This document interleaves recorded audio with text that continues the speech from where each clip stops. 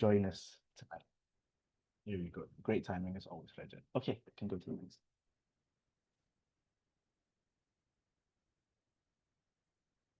Oh, okay.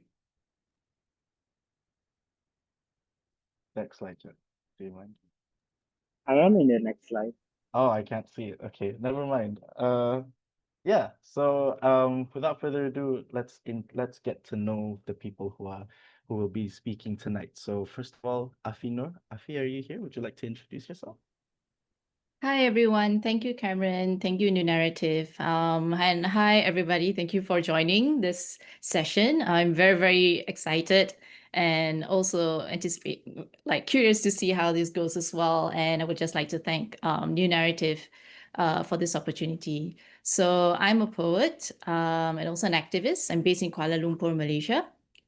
Um, so most of my work actually now revolves around I think urging for equality, especially for Muslim women. And these are like my past experiences, as you can see. Um, should pass to try me first, or Yeah, I mean, we do you have something that you'd like to read out? Some of your past one of your works, right? Do you want to read it out first, or do you want to pass it to John? Either one's fine. okay. I think we can just pass it to Trami first, and then we can read our works. I think that Sure, would no be. problem. Would you like to introduce yourself as well, Charlie? Also, Raja, can you? Yeah, there you go. Thank you. You can take it Yes. away. For my introduction, I uh it's a little bit longer than Appy's, so I hope that's okay. But I haven't prepared anything to read out, so hopefully the time balances out. But hello everyone, lovely to meet you. I'm Chami. I'm based in the UK, but I'm Vietnamese English. My mum's Vietnamese. I was born in Vietnam. And I moved to the UK when I was 18, via Hong Kong, but I've sort of been moving back and forth, but have been living in London for the past 5 years. I'd describe my work as working at the intersection of the arts, community well-being, and community organizing. And I work in publishing, editorial work, translation, community organizing, and archives. Just wanted to share a little bit about my journey and how I got into all these very different things, and how I grew to have such an interdisciplinary approach to writing and using language, rooted in activism.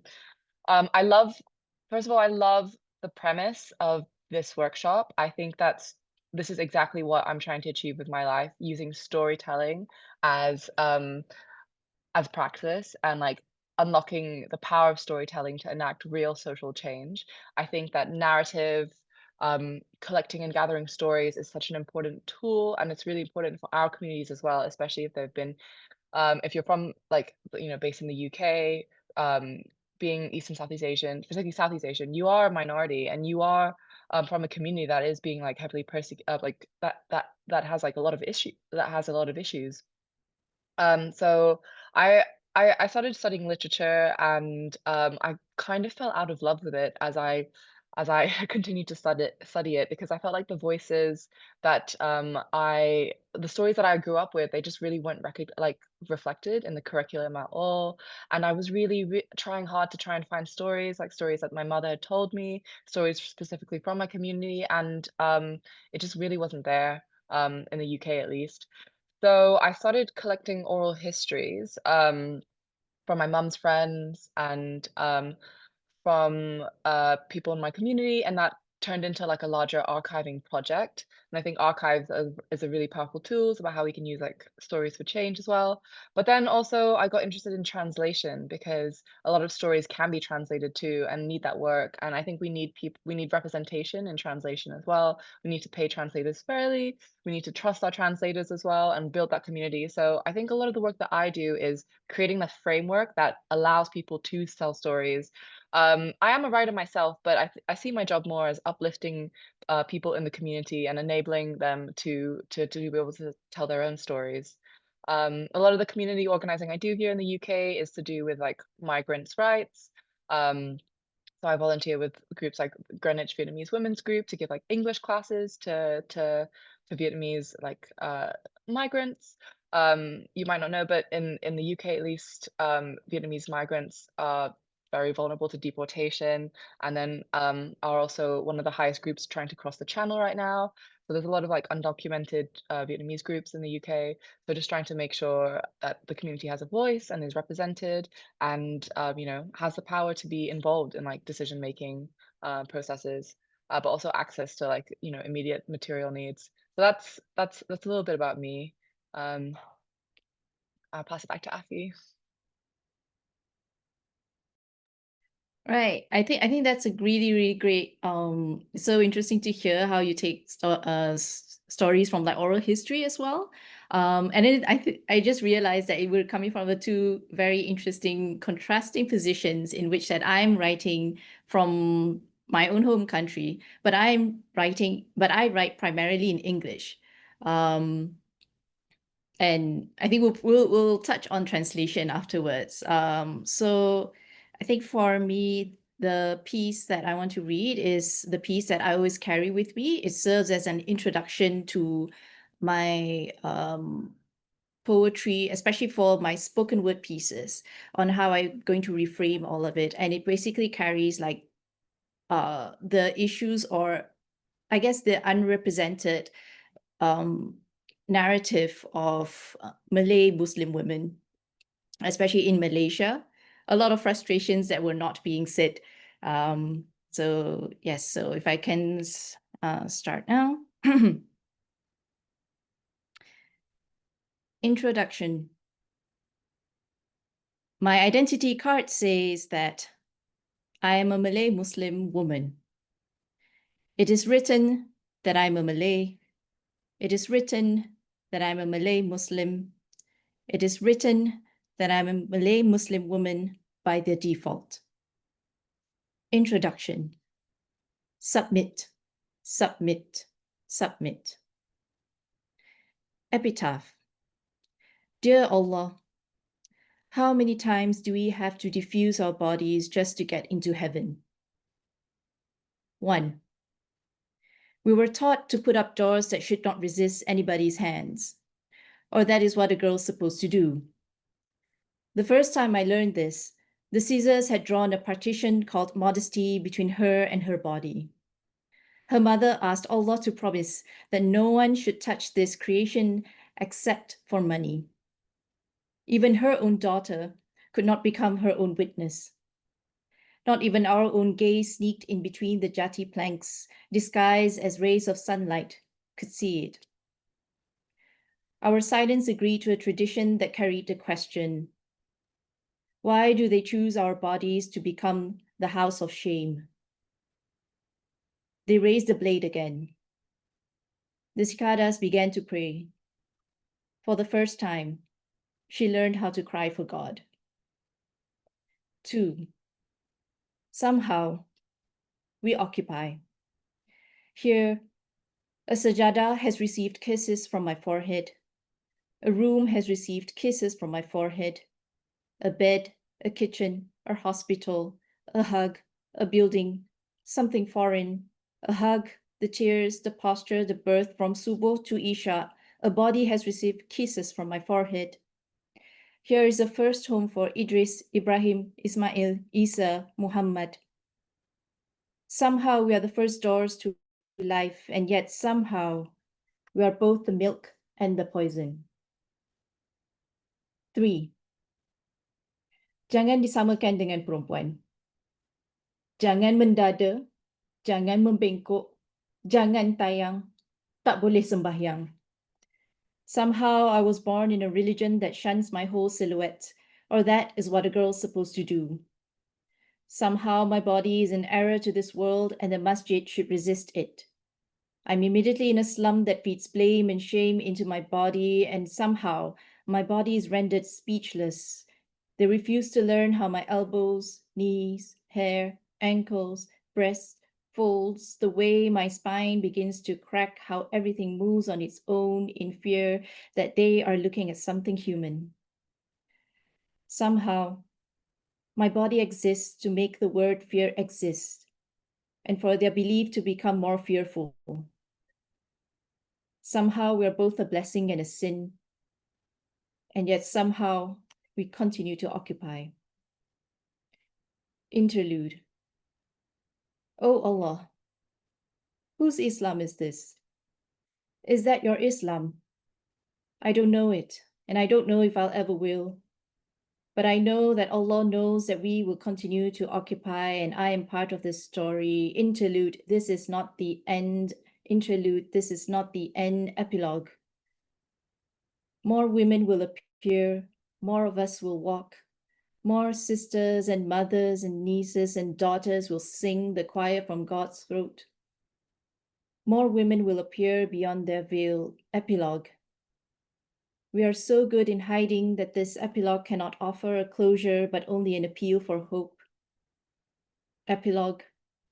This is not the end. Epilogue. This is not the end. Epilogue. This is not the end. Epilogue.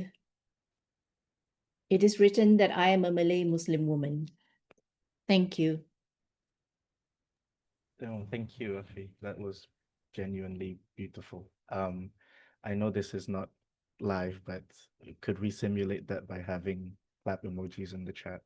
Um, are you okay? Are you good? Yeah. Sick. Thank you, everyone. No, thank you. Thank Yeah. you so much. But I hope everybody found that as beautiful as Mm. most of us did as well. Would you be okay if we got straight into this? So we're gonna have a very chill discussion now about both of your crafts, about both of your the specific communities that you root yourselves in your work, and how your work impacts the causes that you are that you champion so dearly in your work. Would that be good with both of you if we went into that now? Sick. Thank you. Let's go. Um There you go. I added the parenthesis into because I feel like that would be a good joke because we're talking about writing, right? I still don't know which one's the correct form of the word into, or into like two words or one. But if we can go to the next slide, Jen. Cool. Not an understatement to say that you're both highly accomplished writers, artists, and activists. Please, how did you get into doing what you do now? Would any of you like to start first? Do you want to go reverse alphabetical? Xiaomi, would you like to go first? Yeah, I think being the position that I'm in, that I was born into, being mixed, being like a diaspora kid, um, I felt very in between worlds, and it was a huge privilege to be allowed access into different worlds, and it took me time to realize that people don't see people the way that I see people, and people use language differently, and the way that and having access to different languages, having access to understanding about how people use language, I think gave me so much insight into like different communities and different worlds. And it was just something I wanted to sharpen my tools and to learn more about and to get better at it. And as I grew up, I just, you become more and more faced with the inequalities of the world, and you want to do something about it. And I really believe that language is a way that we can do that. So I've always been an activist. I've always been involved in community projects, volunteering for different things. Um, but really combining them with writing, I think, came with the oral history project that I mentioned. So it's something that I'm working on turning into a book. I think the core of my practice is really letting people speak up for themselves and letting people write for themselves as well, and empowering people, giving people the tools to see themselves as a writer or see themselves as the author of their own story or the author of their own histories. So I'm really interested in approaches like community archiving, um, but also I'm involved. So I do that with a project called Anvia Archives, which is I think the only British Vietnamese community archive here in the UK, and we combine the arts uh, with archival approaches too. So, for example, I did an oral history project last year that I saw that explored gossip as an archive, and like what can we learn from our aunties, because for me, a lot of the way that I learned about my history or my community's history was through listening to like my mom and her friends talk, and I realized that's an archival framework in itself. So what happens if we explore that and like record the stories? But I'm also interested in literature too, and a lot of the work I do with that is with Tilted Axis Press, and they do fantastic work in the UK to change the literary scene. Not sure how many of you are familiar with the literary scene in the UK, but it is incredibly elitist. I think there was a Guardian article a couple years ago that published the annual writer salary in the UK is something measly like £8,000 a year. I think the minimum wage is like £28,000. So it shows you that I think for a lot of people, writing is a very aristocratic occupation, and that's just not how I see writing. Writing is definitely like something very democratic. Writing is something that everyone should have access to and everyone should be empowered to do. So at Tilted Axis, we publish literature from the global majority, and we try and find voices that are the most like the most marginalized, and often these are voices writing in languages that don't really get recognized too. I think, as much as I'm very much someone who sees a problem and like wants to do something about it. So even though I have my own writing practice, I think when I was confronted with the state of the publishing industry, I was like, this cannot be the only way that we do things. So it was really nice. It was really great to join a project like Tilted Access. So like through us, we were the first I think we published Tomb of Sand, which was the first book to win South Asian book to win the Booker Prize in the UK. And you think about how crazy that is. Like if you think about the UK's relationship to South Asia and like the long history that's had, and like the Booker Prize is the most prestigious prize in the UK. For it to take that long, like for that to happen in 2022, that is crazy. So it's very much about championing writers, but also championing translators as well, and seeing translation as an art form in itself. I think that a lot of like big presses these days, they don't really want to take chances on writers that don't really have like a precedent, and often those are like the most marginalized writers. I think the people there are very interested in like Instagram followers and like things that are following trends, and often if you're from a marginalized community, you're not really part of the trend cycle. So we're trying to challenge that, but it is really difficult to do that. So I think that's how my writing practice intersects with with everything. I don't know that I answered the question. Oh, and also alongside that, I'm also an editor of a magazine. I help translate journalism. So I think my writing spans like a kind of academic and like nonfiction territory as well. Yeah. No, I think that was a great answer. Thank you so much, Chami. It's I guess, yeah. I look at the Booker Prize a lot as like not a very prestigious award, even though it is, right? But not very prestigious because it rewards English writing, but doesn't really consider the impact of how much English writing is out there, especially from the rest of the world that was victims of colonialism. So I think, and thank you so much for just, sharing about how you got into what you do now, especially with Unread Archives. And like someone mentioned in the chat, aunties are the OG archivists. So I hope auntie's doing good. Um, I hope she's alive and well. Afi, do you want to go next? Yep, thank you. And I think like it's very interesting because, like I said, I primarily write in English, and how I got into it was actually it was through blogging.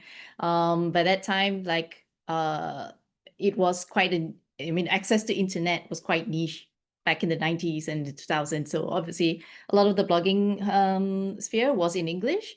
And that's how I got interested in the form of poetry, because I found like a lot of people already like trying dabbling into poetry, and you get access to reading a lot of poetry at that time.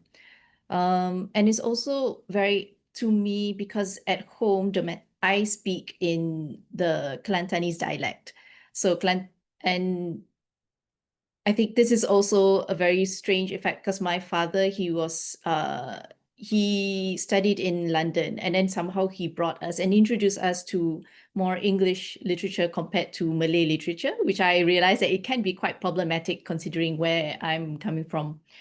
But regardless, so Yeah, so I started with poetry because I thought that it was a very interesting form that allows me to be very flexible, very open, and allows me to question things without having to actually end into a definitive answer. Because I was growing up, and along the way, you started to question a lot of things, right? So initially, it was obviously something personal. And when I say personal, it really meant like things that just happened in my day. But after a while, as I grew up, and then like with my poetry growing up along with me, um, I realized that a lot of the things that happen to me, or a lot of things that I think about and thought of, is actually something that is not just within my control. It's mostly things that are, being implemented by the society, and I'm just seeing this, especially a society that that can be quite um, patriarchal. So that's the angle that I'm coming from.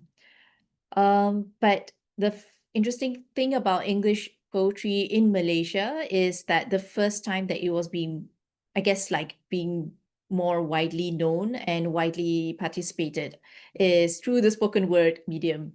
So by that time, honestly, I wasn't really prepared to perform my poetry. It was still quite, again, like it still had that traditional idea of like, oh, it has to be like something published, private space. But at the same time, like at that point, that was the only I guess the avenue that we could do, because there is some, I would say, like some struggle when it comes to publishing. Um, the now is a lot better. A lot of like English books can be published, but prior to that, like I think there is more preference towards the Malay language. So what's interesting about the English spoken word poetry scene, and to compare it with the Malay poetry or Malay puisi scene, is that the English poetry scene is where it invites a lot more diversity. A lot more people, as we all know, that Malaysia is a multiracial country, so a lot more non-Malays, and especially marginalized communities and marginalized groups and identities could join in and share their stories right there and then. But these spaces are, I think, one way is that to create these spaces and to make sure that the spaces are safe for everyone involved. There had been some concerns, obviously, after a while, that it does get more, it is a space for us to, what do you call, like, address some of the political issues as well. And and it's very interesting because Malay poetry scene, they are not as politically charged as we expected. So there's that disparity happening. So through that, I began to like sort of I think create more I guess like community and based poems where I address like the systemic issues, and that sort of lead me to some of my activism work, in which that prior to this, like I was able to work with a lot of civil society in Malaysia, and my previous one is with the Muslim feminist organization called Musawa. And through there, we acknowledge that lived realities are very important. Um, and these lived realities, it has to be archived. It's not just to be archived, it has to be acknowledged and be listened to in the first place. And it also needs to have a space for it to be, to be presented. So I began to think about it, and some of my writings reflect and echo with how I feel throughout my work. But yes, I think that it's interesting because now I realized, okay, yes, it's in English. And of course, it reached like a wide demographic, but is it reaching the actual demographic that needs to hear these things? So that's one thing that I feel like, oh, okay, in the future, I might translate my own works into Malay and then like actually try and introduce it into Malay spaces. I don't know whether if it's going to be safe or not, but we'll see. Yep. Thank you, Afi. Mm. I share your sentiment as well about the Malay poetry scene as someone who's at least aware of the historiography behind it and also the state of the scene today. And we got a really interesting comment, which I will leave for Q&A later, if that's okay. Should we go on to the next question, if that's okay? We want to get into more about like what you guys do in terms of like the communities and also the mediums that you guys use. So you've always chosen unique mediums in your work. I feel you do spoken word poetry, even though finger snaps may give some people trauma like me. What made you choose to create with those mediums, and do you think that it helps make what you create greater? So since Chami went first, last question, Afi, do you want to go first this question? Yeah, sure. Go ahead. While I still have that train of thought, I'm still catching on it. So yeah, so I think like the foray being, I just want like the foray into spoken word poetry itself is interesting because you are not just presenting the story, you are not just presenting the words, you are presenting yourself. You're already presenting like a visual identity out there. And also it sort of returns back to the Southeast Asian roots of oral history, right? Um, where it's to be read, where the stories are to be read out.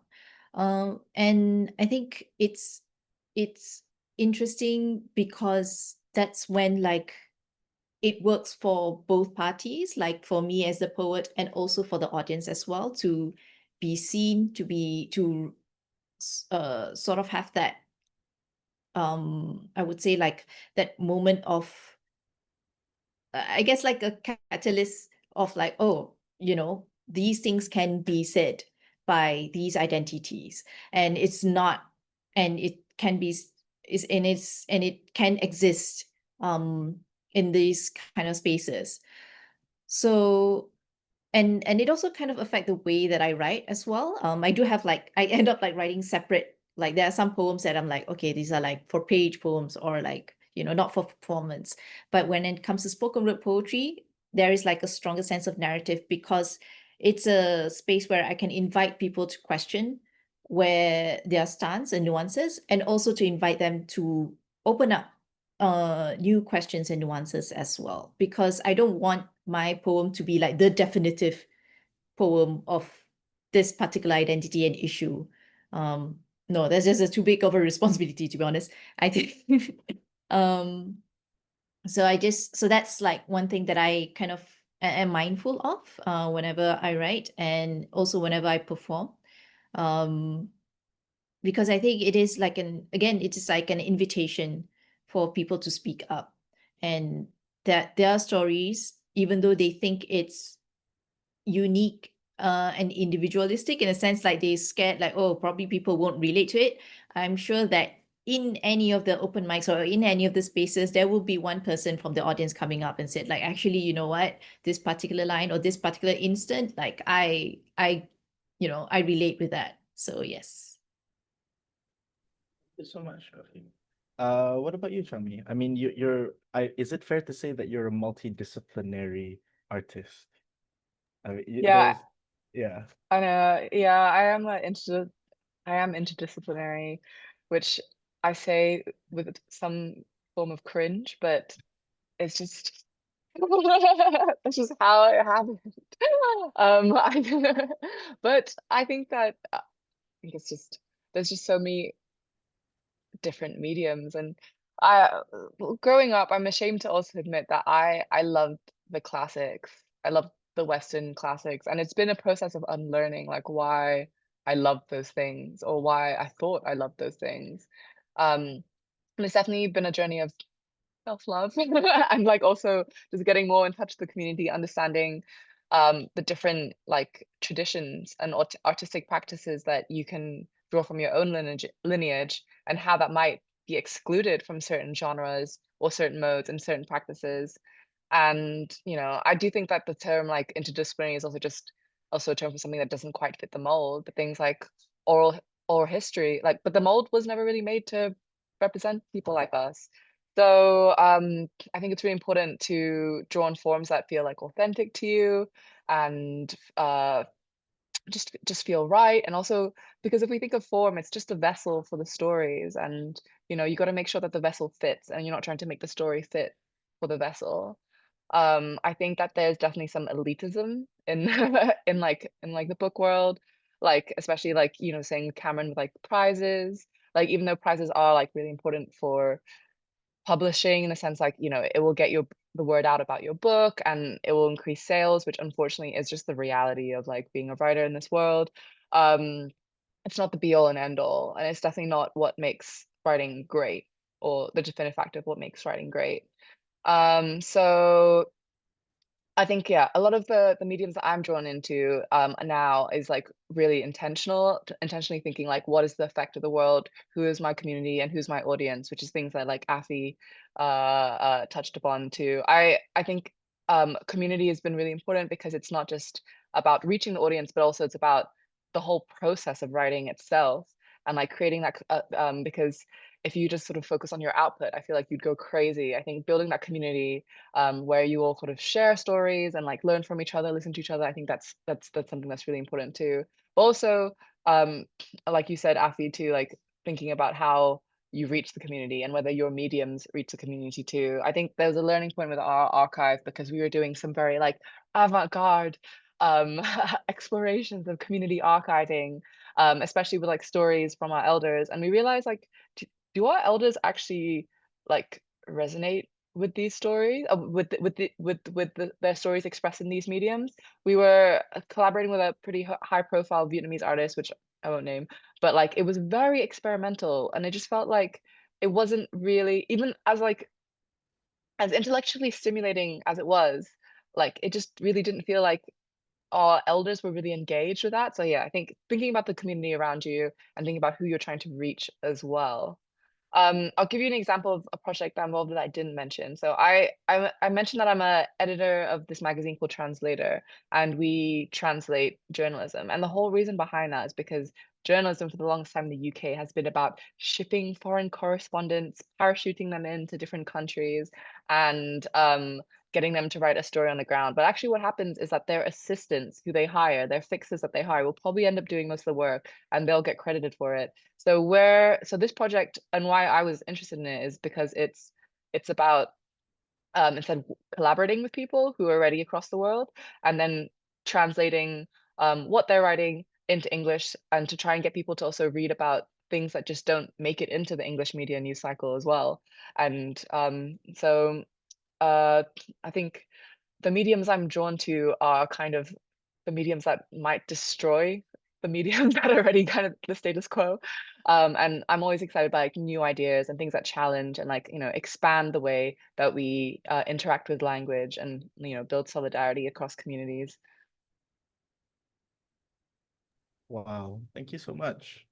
Um, Lots of really interesting things that you mentioned there, but I also do think that I'm glad that we don't live in that sort of world anymore. The thing where you mentioned how people would just, what white people would parachute into our part of the world and go, yes, I have discovered something new, and I was totally me, but it was actually, the guy that they got at the airport doing all of that. So thank you so much for all of your work, and your work with the community in sort of not nativizing, I guess, but bringing these sorts of stories and these things back to the communities that actually, live them in the first place.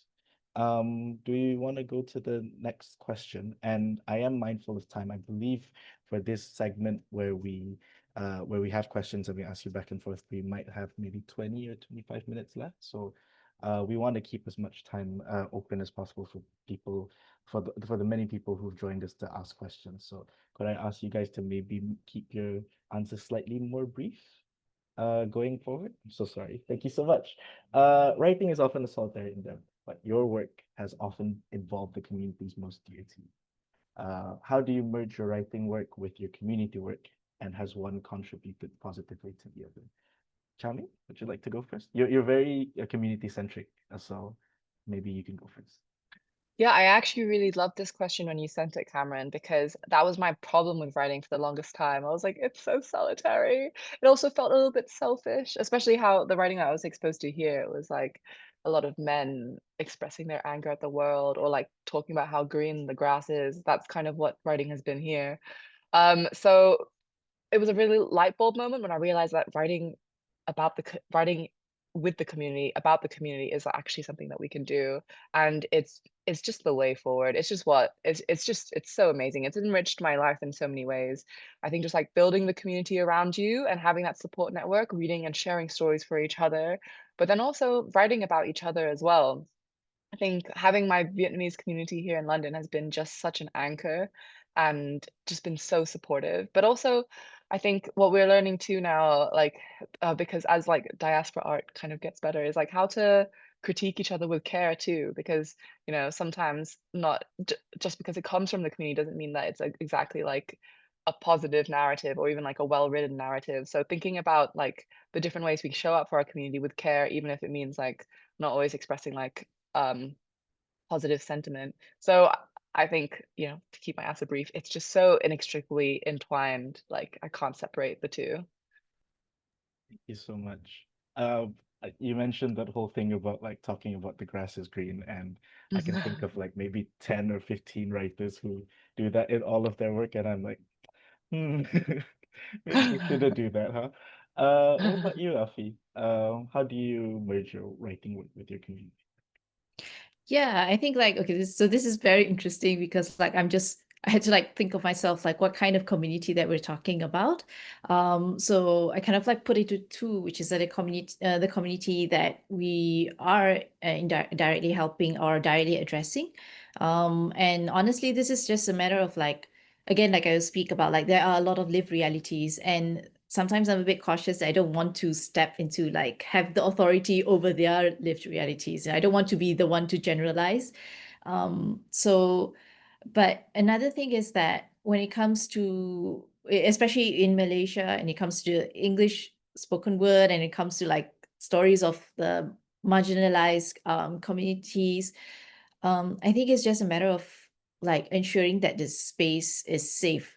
Um, and this is also in terms of like when it comes to writing as well, like I think like echoing with what Trami said about um I guess it's in terms of like craft, I would say, like how can we sort of push this push these stories forward without, I guess, risking censorship. I know, but then again, like that is the thing that um we have to face either way.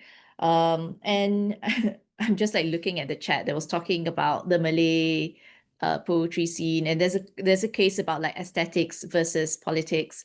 And honestly, like I've heard some uh some people in the scene has said like, oh, in as much that yes, the issues that you're pushing are important, but it's just not aesthetically written, so they just chose not to publish it because it's just not hitting their version of aesthetics. So I think it's just a matter of like us acknowledging each other's stories, and also acknowledging having a conversation around it as well, to help and improve ourselves in that way. Sick. Do people still say sick? Um, I'm really sorry I didn't mention the thing about community first. I know that you're actually involved in a lot of communities. I think as is most Malaysians, I think we're all intersectional in one way or another. I guess that unites most of Southeast Asia, right? But yeah, the whole debate about aesthetics over politics is an evergreen debate, and one that I'm also very sad to see whenever it goes towards the aesthetic direction. I guess artists will be artists, right? They want their works to look good and then have a message. Um, let's go to the next question. Uh, there you go. With all the stories you tell, especially those related to the communities close to your heart, how have those communities responded to your work, and how do you think it's contributed to their well-being? I know that we've been going like what's the English word? Selang-seli. Um, yeah, yeah, yeah. I think people know what I mean, right? Do we want to like play around with the order? So maybe Chami, do you want to take this question first? Sorry, I know. Yes. I'm so sorry. I can't think of the English word for selang-seli. I think crisscross. I think Sabrina is probably right. But sorry, please go ahead. That's okay. I love learning new words, so I'm gonna add salang sali to my vocab now if I'm smart enough to remember it. Um, I just wanted to go back to the first question, but it's linked to this, I promise. I'm not gonna speak for too long. But when you talk about care for the community, I think um and like community well-being, I think there's so many different things to like address. And something that you have to confront if you're doing activism work is that there are like material needs that need to happen, and uh, that there is like a level of privilege. Like I think it's really important to do this writing work and to do like the spiritual, mental like healing that comes with it. Like that's so important. But I think we also have to respond to the material needs too. So for what that looks like in my practice is that when we're writing a grant application, when we're doing something, we're making sure to fold in stuff like free food for everyone and like extra food too, so people can bring that home. We're trying to also like fold in skills like digital literary skills. Like there was like one like workshop that we did that we ended up like having a little 30-minute session where we taught all the aunties to use Google Translate because that could like really help their lives. So just thinking about like these other things too, but also just spending time with people, because I think a lot of people are really lonely and they like need that kind of social work too. So how can we kind of facilitate that and also facilitate intergenerational conversation, because I think both people learn both ways. So I think like, writing is important, but there's also like a lot of other care thing that can be folded into that too, and can be very generative and inspirational to your writing process as well. Um, so how have the communities responded to your work? Um, I would like to say mostly positive. I mean, it is a learning curve, I will admit. I think that doing these projects in the UK, I think has hopefully like inspired people to see themselves as writers and like have more pathways. I think there was a time in which maybe like 10 years ago there wasn't many like people doing like Southeast Asian like doing things in the UK, like especially like writing, like the scene was so small. And now I think loads and loads of people are like interested in the arts, and I think it's amazing that people have even more resources. So I think just making sure that as you move forward in this world and get more senior, you're also opening the door for other people's too, and like making sure that people like have even more access than you are allowed to. um and then as well, like just being aware of the harms that you might commit. Like even if you're from like a marginalized position, doesn't mean that um you're always y- like you're always correct in the way that you do things. Like we had like an incident where I think we worked with a Vietnamese artist who like was the children of deaf parents, and that was a whole learning curve about thinking about like disability and access in like archives. And I think it's something like our community just like didn't think about enough, and it was a bit of a shame that like we have to like learn this way, but I think it was really for the better. So I think like overall positive, but also like thinking about like making space for more people to work with this as well. Deaf parents, children of deaf parents, like hard of hearing. Nice. Yeah. Sorry. How about you, Afi?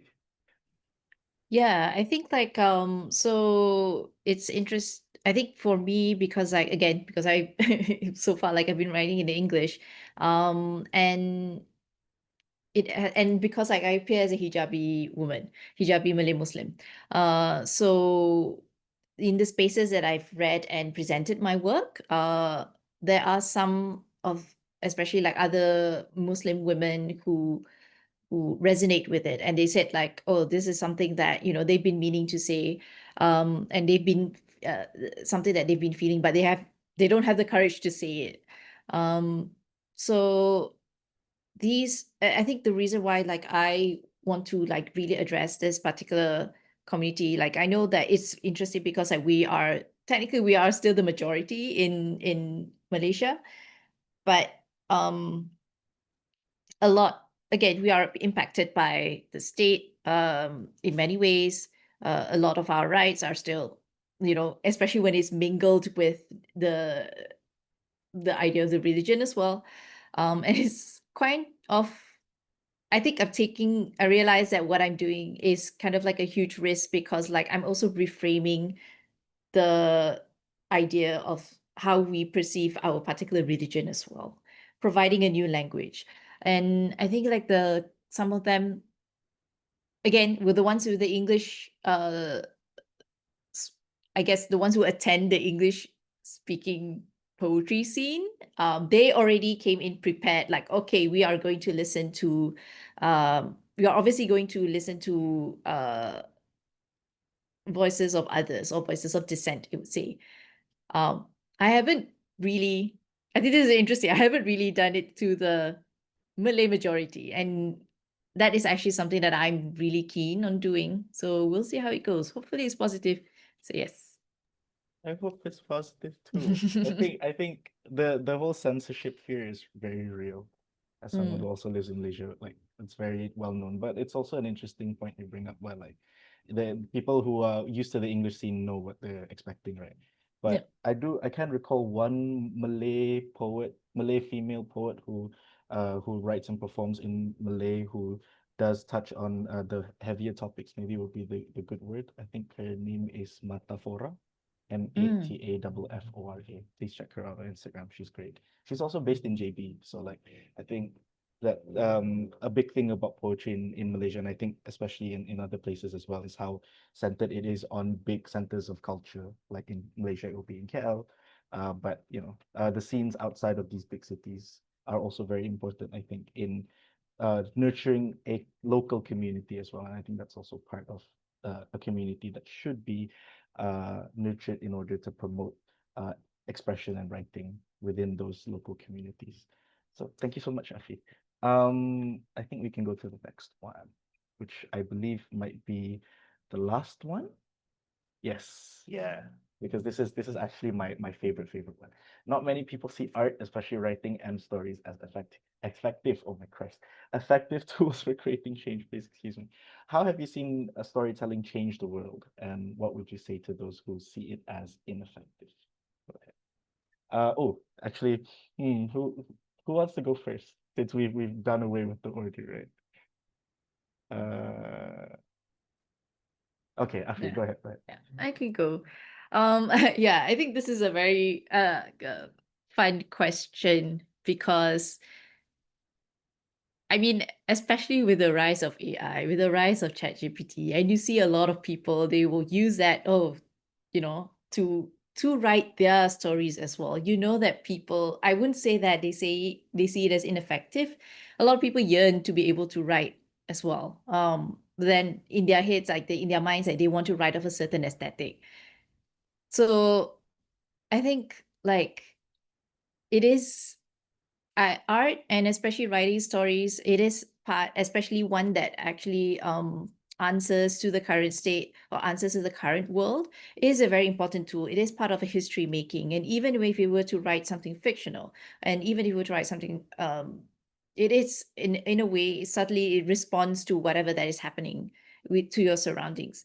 And again, just so you know, I'm not advocating for ChatGPT, but yes, but you see that people are eager, they want to tell their stories, right? And I think like with storytelling, it changed people because one, it sparked them their interest, or it's at least like it sort of like puts a seed in their minds, like, oh, okay, so these kind of um lived realities actually exist. um and there is also on how you craft that story and how you present that story into like calling for them to like to sort of evoke a certain reaction from them. And this is the interesting part, is that obviously you can't control their reaction. Some of them, they might not like the story, they might not like the identity that's being presented. um and I guess we come back to like community, especially as a community of writers. Um, that's why we kind of like, I keep thinking about this, like how can we, writing can also be something that is like a collective power in a sense, where we just have to continue to create alternative, I hate to say alternative, but alternative narratives, or narratives that are not being placed in mainstream spaces. And just a very quick one, and also is for us to sort of dismantle the idea of like the getting into the mainstream publishing spaces, because I think now there's a lot of interest in creating zines that you can sort of self-publish, and yeah. When you said alternative, the first thing that came into my mind was break even by the script, like the opening guitar. I don't know why.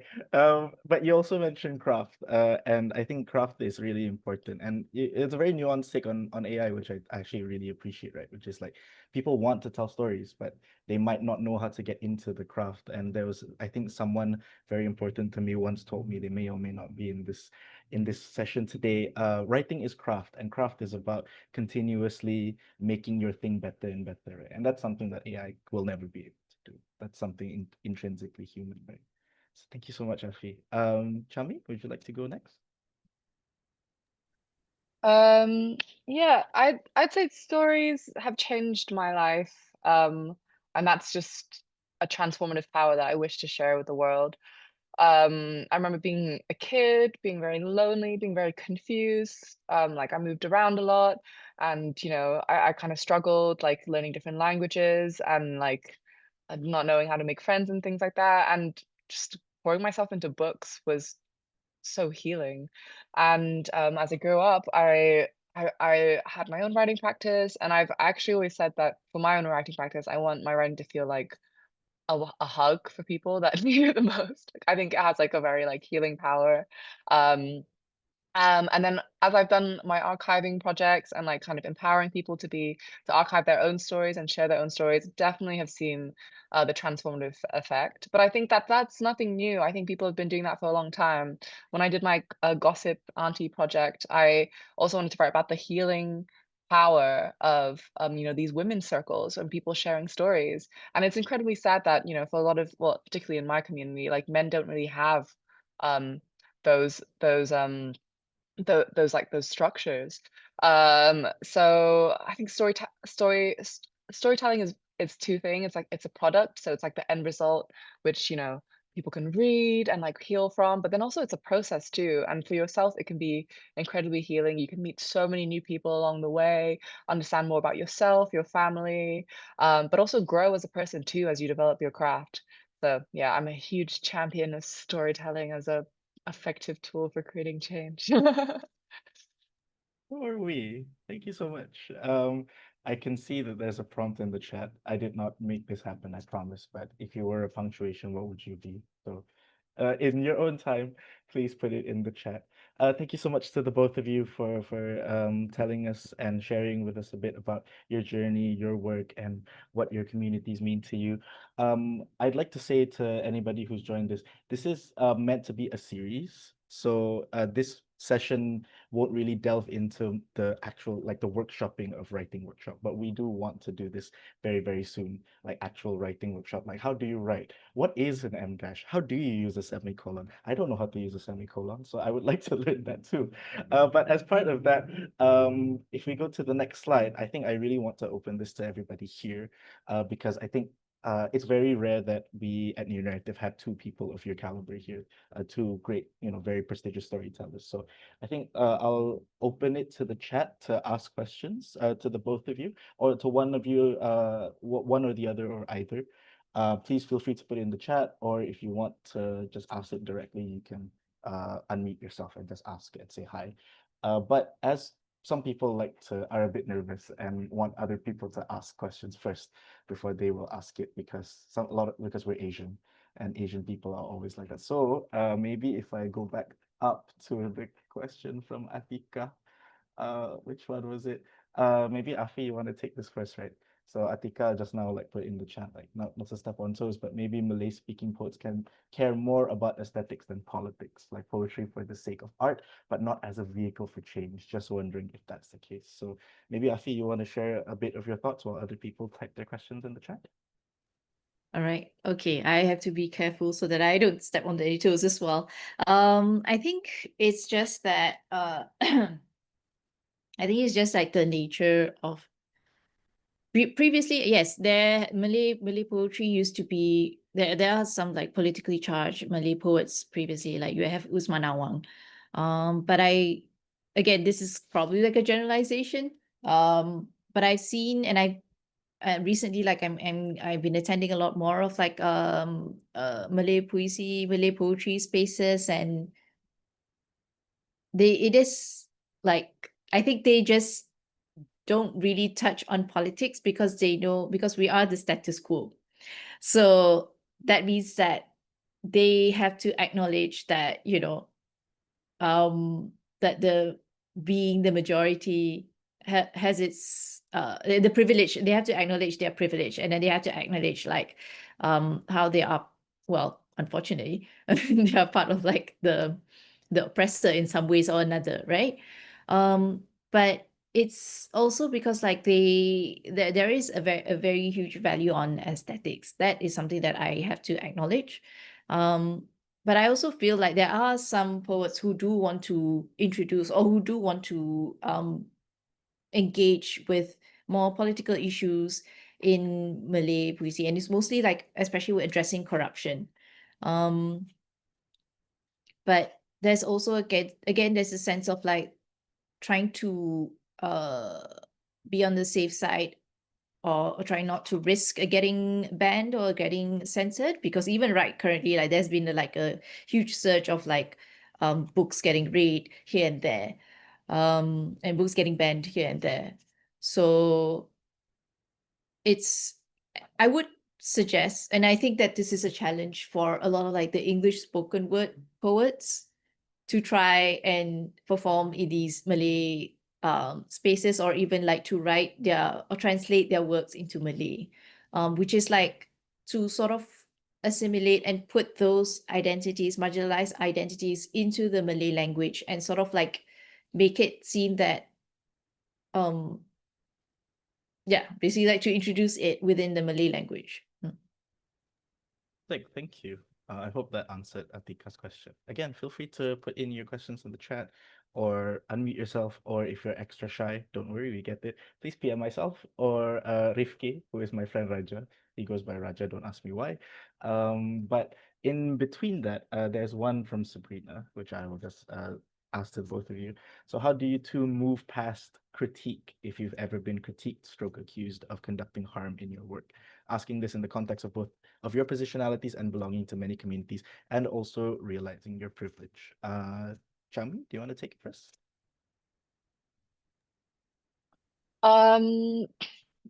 Yeah, it's a really difficult one. I think that there's no set way to do this. I think, first of all, I think you really need to make the space to listen, and that can be quite difficult. I think in the situations I've been in, some people might not want to listen because they feel like having no intent to do harm is enough. But I think that's often not how the world works. I feel like, especially when like privilege is involved, like you can not be aware of certain things, and that thing can have like, big consequences for other people. So you're making space to listen, and then being proactive about remedying it too, understanding what your privileges are and what that means you have access to that other communities might not have access to, and creating more space for others. Um, so that's I think how to address it. But I think it's really, it's really up to the parties involved. And then the second thing I want to talk about is critique too, because I think when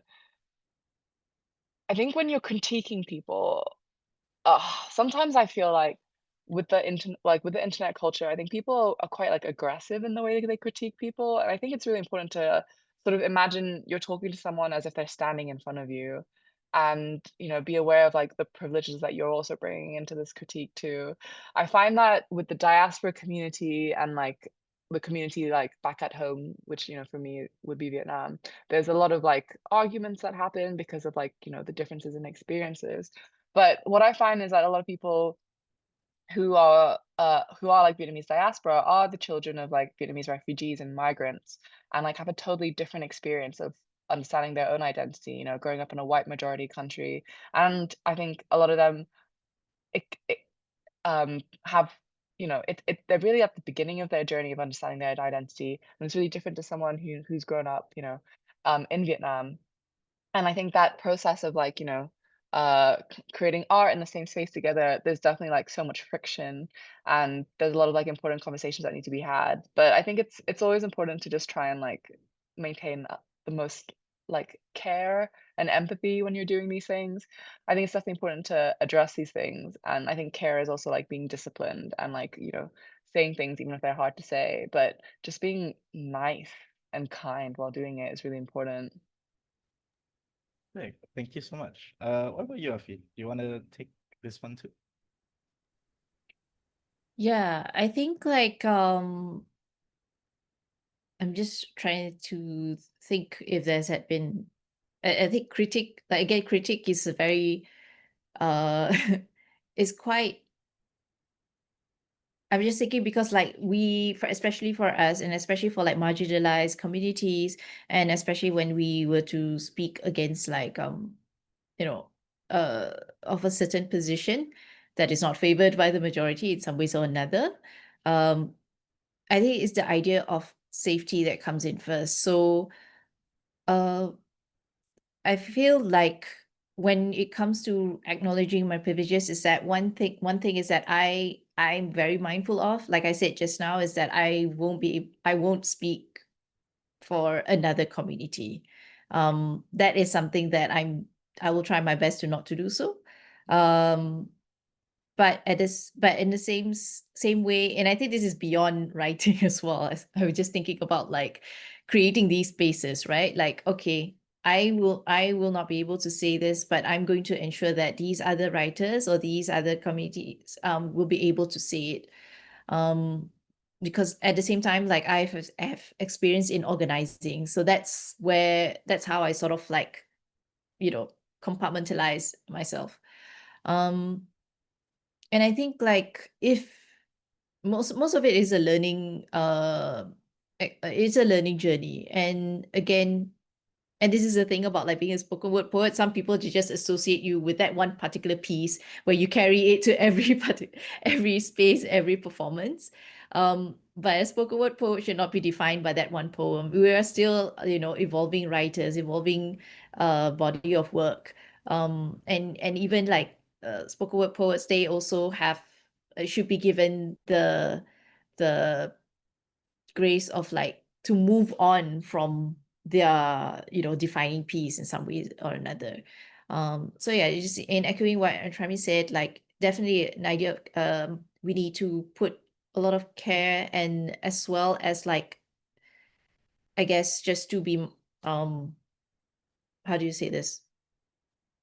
I think it's just a lot of that particular space of to give yourself that grace, and also to understand that you are in the process of learning, and allow people to be better from that. Oh, thank you, Afi. Really resonate with everything the both of you say, but also critique sounds so Maoist to me. I don't know why. Um, there's one from Fatia, so I'll ask that one next. I'm an aspiring writer slash poet slash translator, and I'm queer. Living in a conservative country like Indonesia makes me wonder if I'll ever make it, considering that most of my fiction and poems revolve around the queer experience. How do I make the world hear my story without risking my personal safety? Do any of you want to take this? It's very loaded, so I could take this. please go ahead. Okay, so I think my question here is that how visible do you want yourself to be? Because now, yes, when I say visible, I said like, we do have the option to sort of like, um, some people, they chose to put pen names, and then sometimes like, if you don't want to perform yet, and when you perform, you have to put your face out there, right? Um, so there is that layer of anonymity that you can still use if you want to. But if in the case of where you want to actually perform, you actually want those for your stories to be heard and all that, is that there I think there are spaces, there will be, I'm sure there are, especially when it comes to like queer spaces, there are communities that they will know more of like the safety procedures. And I think this is where the community, the organizing thing comes in, and even writers, uh, sometimes like we have to sort of like play that role as well. Because we are putting out like truths, a lot of truths that, the mainstream or like the majority sometimes they don't want to listen to, or because they're afraid that it might challenge their status quo. But your truth deserves to be heard and written, and it deserves to be seen, it deserves to be read. So there are many, many ways. And I think right now with the access of like social media, even like Instagram, you can sort of like, some people they chose to make an anonymous account, in the sense that they don't really put their name out there. And then when you think, once you are ready, once you are aware, you know that you're going to be safe, or you're willing to take that risk, then you can do that. But yeah. I'd love to add to that too. It might be inspiring for you to read the work of Norman Erickson Pasaribu if you haven't read it already. Norman's also a queer writer based in Indonesia, and they've published a collection of short stories called Happy Stories mostly, but most recently a collection of poetry called My Dream Job. And Norman um, Norman was actually outed. Um, and that was a really catalyst moment in their life and led them to write it, and it led them to write My Dream Job, because when they were fired, so they were, I think, outed by their colleague and fired from their job. And instead, they kind of turned all this pain into this amazing collection of poetry. And I think, it just speaks to the power of writing and how it can metamorphosize like your pain and your anger and your sorrow and turn it into and you can channel it into something really powerful. I'd echo what Afi is saying too. I think with regards to your own personal safety, I think you'll need to consider like how comfortable you are being visible, but just reassure yourself knowing that there's not one way to become a writer. Like I know that a lot of publishing houses will push you to be active on social media, but that's definitely not necessary to being a successful writer, especially if you're not someone comfortable with being visible. But just know that I think in your position, it's you could argue that your writing is even more important, because it's exactly voices like yours that need to be heard. And if you're alive and wanting to read stories like this, there must be other people too. And I think one of the most fabulous things about being queer as well is that, that's an experience that like transcends borders. So you'll probably gain a readership that spans the whole world, because I think there's like a lot of shared experiences in the queer community too, and a lot of people who'd be really excited to read your work in places that you might never even imagine as well. So definitely would encourage you to still do it, but yeah, I think do what you feel comfortable as well.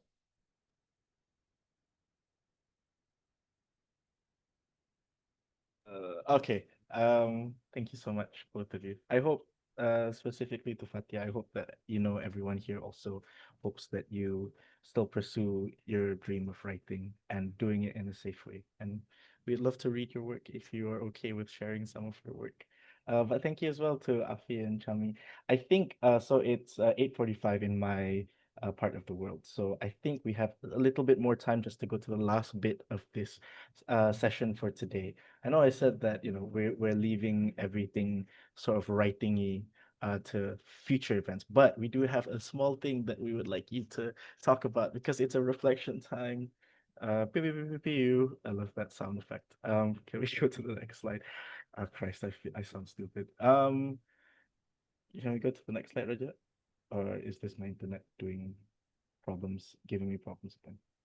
Uh, I'm in the next slide, Cam. You're in the next slide. Oh, Christ, it is my internet. Never mind. Okay, so I can read it. I have it on a different screen. So if you can see the next slide, we kind of want to ask everybody here three specific questions. Now, if you have received a promoter email from us, you may have read these before, but I am aware that there's a few problems with that, so you may have not received it. But we basically want to ask you three things. So what drives you to write and tell stories?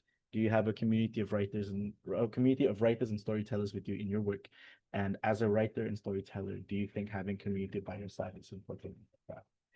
So I'd like, if I may, I'd like everybody here tonight to maybe give their answers in the chat. And so we might have a short discussion between all the participants about uh, how you approach writing and why you write as well, and how that involves itself with the community. Please don't worry if you're not yourself a writer, or if you think that you aren't a writer. Honestly, writing is such an innate part of the human experience. I think that we can all be considered writers, whether or not we're published, whether or not we actually have like a notebook full of the stuff we've written in the past. So yeah, um, Asmara raised their hand. Do I want to give it to Mara first? Mara, are you there? Yes, I am Hello. here. Like Charlie, Charlie, are you here? The game. Oh God. Apa namanya, with in the spirit of reflection, participant here in the chat box. Hi, I'm the chat box admin. Um, in the midst of our challenges, how do we keep our spirit alive and cultivate hope? I feel like this could also be a really great question to lead the reflection time, as the theme of the event itself is storytelling as seeds for change, and in going towards change, we also need to keep our hopes up. Hopes up. Yay. Terima kasih, Gan. Terima kasih, Gan. I don't know. Do you want to tell us what drives you to write and tell stories? You can take it first, because I know that you are yourself a writer as well, and not just in the blogspot sense, but in the actual you have been published sense. So do you want to maybe talk a little bit about your experiences, Mar? Gua. Oh, Iya. oh me, yeah. Yeah, sure, can. Apa namanya? I wouldn't say that I am much of a fiction writer. A lot of my writings derive from my personal experiences and my personal practice as a queer digital ethnographer. My background is in anthropology, and apa namanya?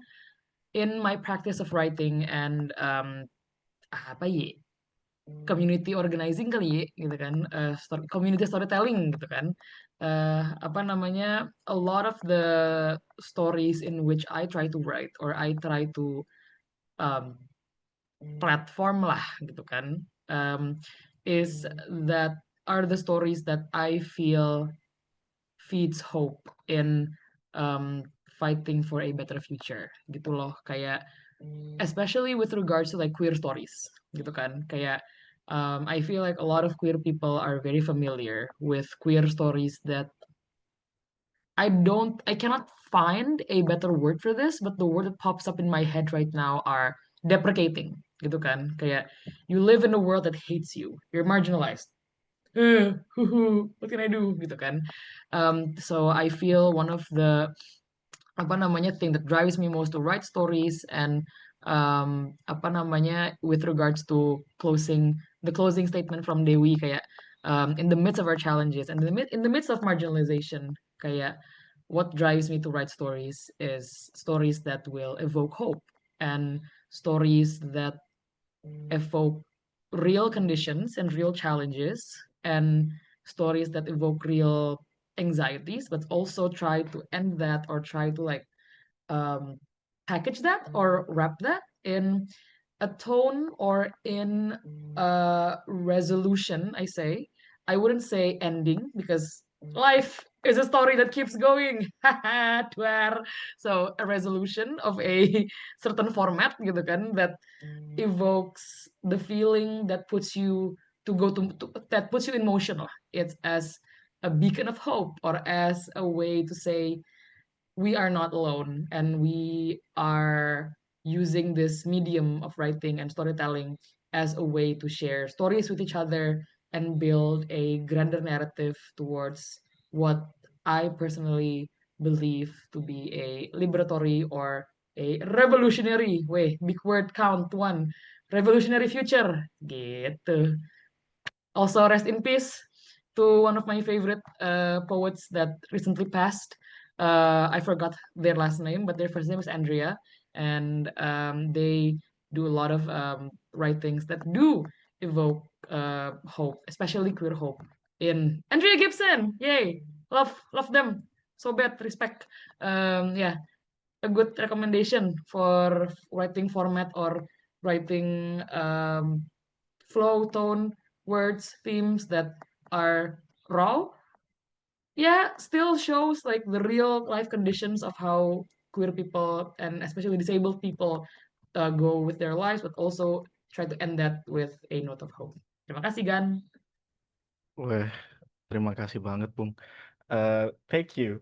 I love how like when you opened the reflection, everybody was like nobody wanted to say anything in the chat, and then when Mara went, Andrea, what's her face? Suddenly, Andrea Gibson like 20 times in the chat. So thanks, chat. I think I need to hang up my coat and find a different job.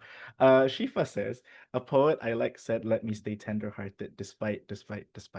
And this is how I personally approach life, and in turn also storytelling, which I think is really beautiful.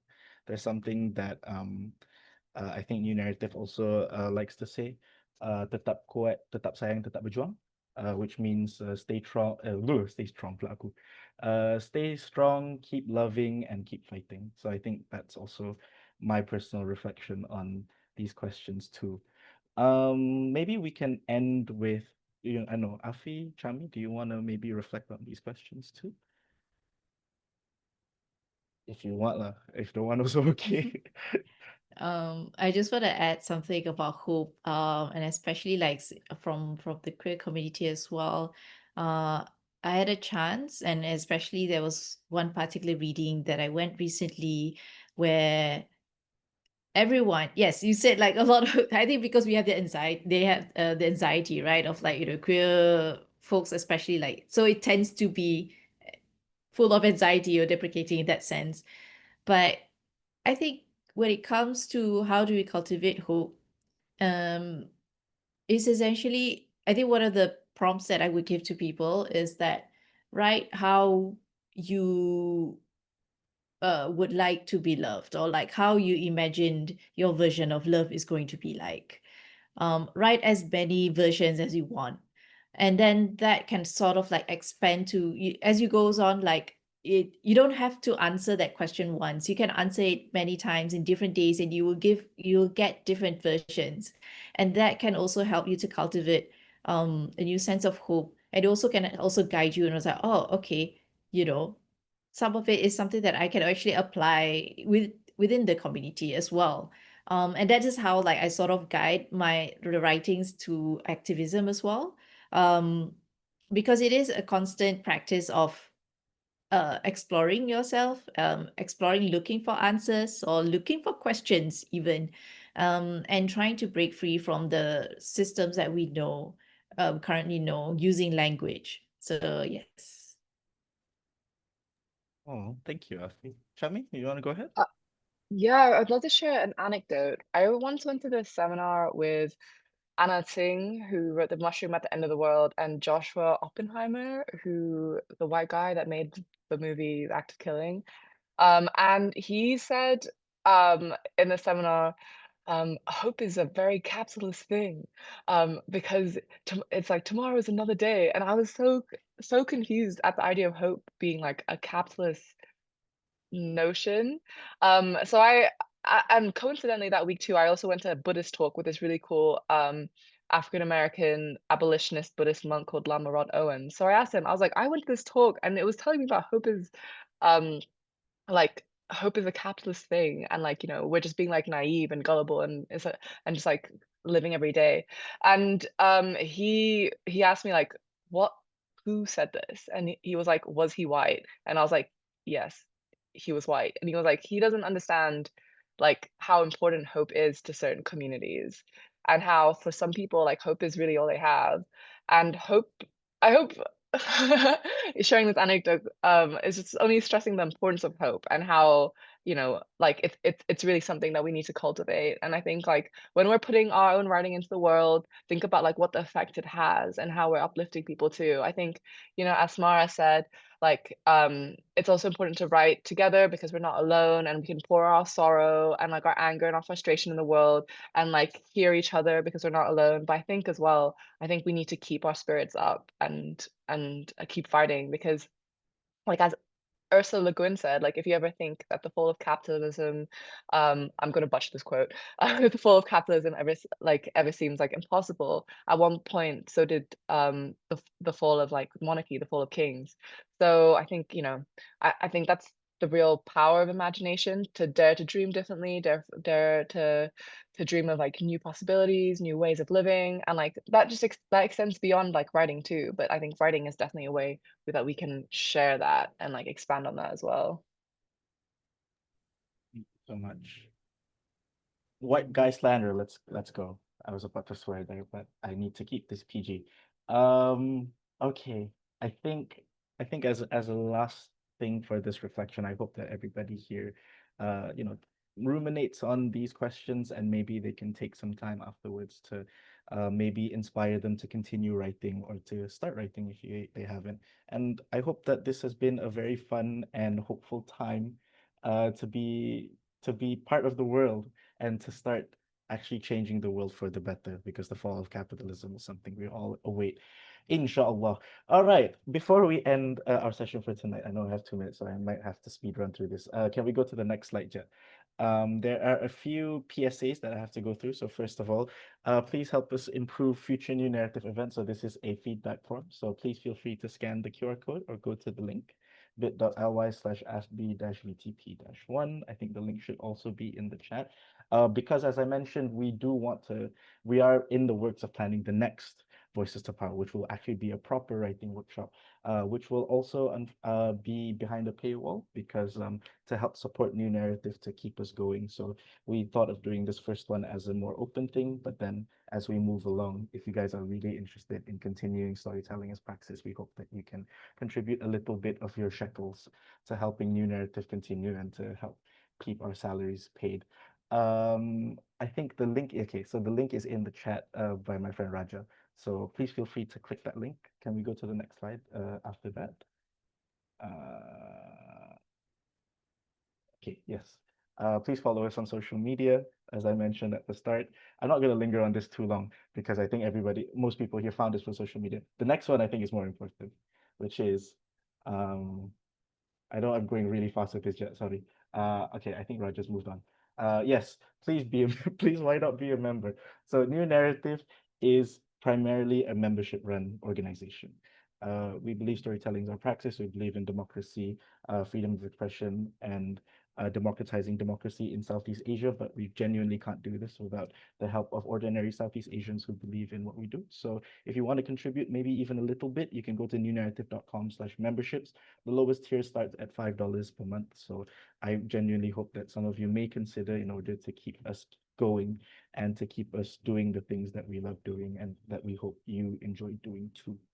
Yes, so my friend has put the link in the chat. So please feel free to go to the link in the chat to consider donating to us. And I think before we go, all I have to say now is to the next slide is, yeah, there you go, is thank you to Afi, to Chalmi, but genuinely to everybody here. I hope you guys follow us, keep following us on social media because we will be doing the next Voices to Power in the next month or so.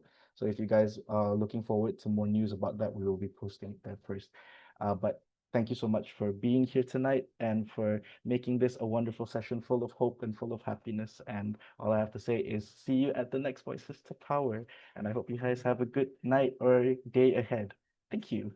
Woohoo. Cameron, Yes. Mara asked group photo when. Group photo when Anjay. Do we want to do that? That's so cringe though. I know we accept cringe as Cringe is cool. Being a tryhard is cool again. I I am know. cringe, but I am free. That's the thank you, Descartes. Okay, yeah, do we want to do a group photo? I think if we want to do it, wait, no, seriously, do we want to do a group photo? I don't know if this is a joke anymore. If we want to do a group photo, I think you need to stop sharing screen, Jet. Okay. So, Raja, do you want to press screenshot, and then I'll count them down. Or... Wait, trying to find like this is my first time taking a group photo. Do you want me to do it? Yes, please. I'll do it. Okay. I'll do it. Oh, okay. No Okay. problem. Thank you, Sup. Okay, so I'll count them down. Count this down here. Okay. Okay. Sami, yeah. 3, 2, 1. Okay, is that good? Okay. Thank you, Mar. Thank you, Sap. And thank you, everybody, for being here. We love you all and hope to see you in the next one. Bye. Please have a great night. Thank you, everyone. Thank you, Have a great everyone. night. Bye. Thank you, everyone.